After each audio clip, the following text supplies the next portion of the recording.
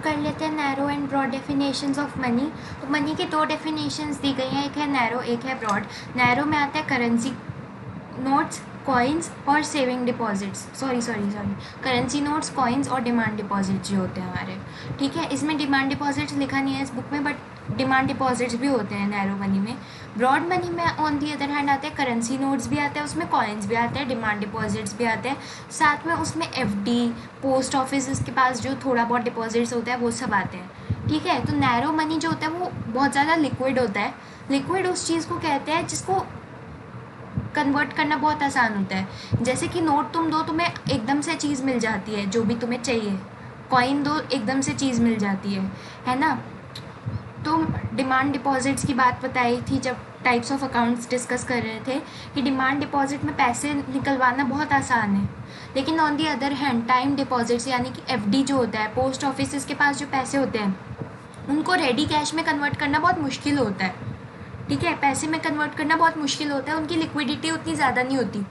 तो broad money में narrow money तो इंक्लूडेड होता ही है, जो बहुत ज़्यादा लिक्विड चीज़ें वो तो आती हैं, साथ में वो चीज़ें भी आती हैं जो उतनी ज़्यादा लिक्विड नहीं है, जिनको कन्वर्ट करने में मनी में टाइम लगता है, ठीक है। अब पढ़ लेते हैं क्लासिफिकेशन ऑफ मनी। एक होता है full bodied money. Full bodied money क्या होता है, देखो दो वैल्यूज़ होती है मनी की, एक होती है कमोडिटी वैल्यू और एक होती है फेस वैल्यू।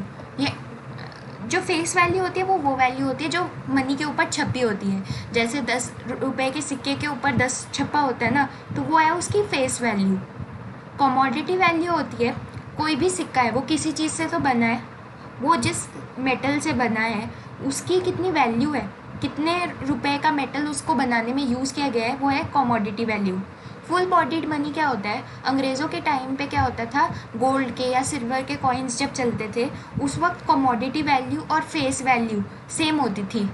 यानी कि अगर 1 रुपये का सिक्का है ना, तो उसके ऊपर भी 1 रुपया लिखा होगा, और वो जिस मेटल से बना होगा ना, अगर वो गोल्ड से बना है ना, तो वो 1 रुपये जितने गोल्ड से ही बना होगा, मतलब वो जिस मेटल से बना होगा ना वो 1 रुपये जितने गोल्ड से ही बना होगा, वो 1 रुपये के सिल्वर से ही बना होगा वो जो सिक्का भी बना होगा।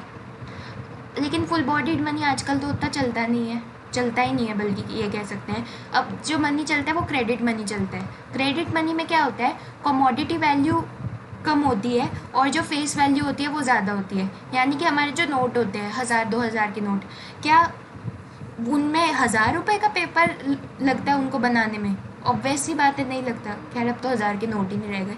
2000 के जो नोट होते हैं क्या उनको बनाने में 2000 रुपये के पेपर लगते हैं, 2000 की वैल्यू के पेपर लगते हैं? ऑब्वियस सी बात है, नहीं, वो तो सस्ता पड़ता है बहुत ज़्यादा। तो क्रेडिट मनी में क्या होता है, जो कमोडिटी वैल्यू होती है वो फेस वैल्यू से बहुत कम होती है। जैसे कि आजकल के जो हमारे सिक्के हैं उनकी जो कमोडिटी वैल्यू है, उनमें जो मेटल यूज़ होता है उसकी वैल्यू, मनी वैल्यू उनके ऊपर जो लिखी होती है उससे कम होती है। सेम नोट की भी बात होती है। सर्कुलेटिंग प्रोमिसरी नोट्स, सिंपल अपना जो करेंसी नोट्स होता है उसको हाई फाई लैंग्वेज में लिखा हुआ है बस, ठीक है। तो और देखो एक और बात, देखो हमने पढ़ा कि कमोडिटी वैल्यू इक्वल होती है उसके फेस वैल्यू के, जब हम बात कर रहे थे फुल बॉडीड मनी की। फिर हमने बात की क्रेडिट मनी की जिसमें कमोडिटी वैल्यू जो थी वो फेस वैल्यू से कम थी। तुमने कभी ये सोचा कि कमोडिटी वैल्यू कभी भी फेस वैल्यू से ज़्यादा क्यों नहीं होती?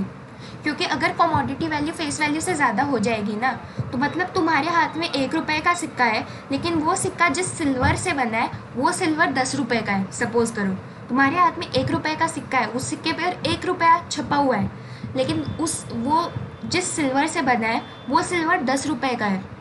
तो लोग क्या करेंगे, लोग सिक्कों को मेल्ट करना शुरू कर देंगे और सिल्वर को बेचना शुरू कर देंगे, क्योंकि भाई उसके ऊपर 1 लिखा है इसलिए उसकी वैल्यू 1 है। लेकिन अगर तुम उसको मेल्ट करोगे तो वो जो सिल्वर है वो तो 10 रुपये का है। कौन पागल है जो सिक्के को रखेगा ऐसे? वो लोग सिल्वर को ही बेचना शुरू कर देते हैं। इसलिए कभी भी कमोडिटी वैल्यू जो है वो फेस वैल्यू से ज़्यादा नहीं रखी जाती, ठीक है। अब बात कर लेते हैं लीगल टेंडर मनी और ऑप्शनल मनी की। लीगल टेंडर मनी वो मनी है जिसको सरकार ने लीगली ऑथराइज़ किया हुआ है, जिसको एज मनी, ठीक है ना, लीगली सरकार ने जिसको मनी बना रखा है कह सकते हैं, ठीक है, जैसे करेंसी नोट्स हो गए, कॉइन्स हो गए, ये सब अपने लीगल टेंडर मनी होते हैं। दो तरह के लीगल टेंडर मनी होते हैं, एक लिमिटेड और एक अनलिमिटेड। देखो, लीगल टेंडर मनी की सबसे बड़ी खूबी यही होती है कि हर बंदे को एक्सेप्ट करना ही पड़ेगा लीगल टेंडर मनी। अगर मैं किसी को पेमेंट करूँ रुपयों में तो वो मुझे मना नहीं कर सकता कि तुम रुपयों में क्यों पेमेंट कर रही हो। इंडिया में तो नहीं मना कर सकता, यूएसए में हाँ डॉलर में करनी पड़ेगी क्योंकि वहाँ का money legal tender money dollar है। लेकिन यहाँ पर कोई रुपयों में मना नहीं कर सकता मुझे। ये बात होती है लीगल टेंडर मनी की। लेकिन एक होता है लिमिटेड लीगल टेंडर। वो क्या होता है, देखो, सिक्के आप ये नहीं कर सकते कि आप 5 लाख रुपए के लिए किसी को 1-1 रुपया का सिक्का दे दो, कि आप 5 लाख सिक्के दे रहे हो 1-1 रुपए वाले 5 लाख रुपए देने के लिए, वो नहीं कर सकते आप।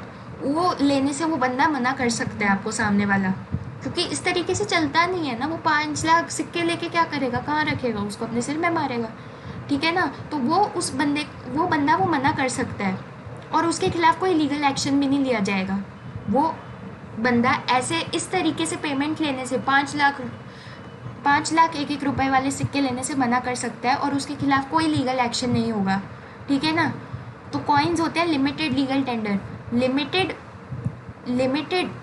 एक सर्टेन लिमिट तक आप कॉइन्स को बेझिझक यूज़ कर सकते हो, लेकिन उस लिमिट के बाद नहीं। आप ये नहीं है कि आप किसी के घर पे 1 करोड़ रुपए देने जा रहे हो तो आप 1 करोड़ सिक्के लेके जा रहे हो, वो नहीं कर सकते आप। अनलिमिटेड लीगल टेंडर होता है हमारे जो कैश होता है, जो करेंसी नोट्स होते हैं, ठीक है ना। करेंसी नोट्स चाहे आप 5 करोड़ दो करेंसी नोट्स में, कोई आपको चैलेंज नहीं कर सकता, सही बात है। दूसरे जो मनी का टाइप होता है वो होता है ऑप्शनल मनी। ऑप्शनल मनी में बेसिकली क्या होता है, ऑप्शनल मनी वो मनी का टाइप होता है जो एक मीडियम ऑफ एक्सचेंज की तरह जनरली एक्सेप्टेड है बट सरकारी नहीं है।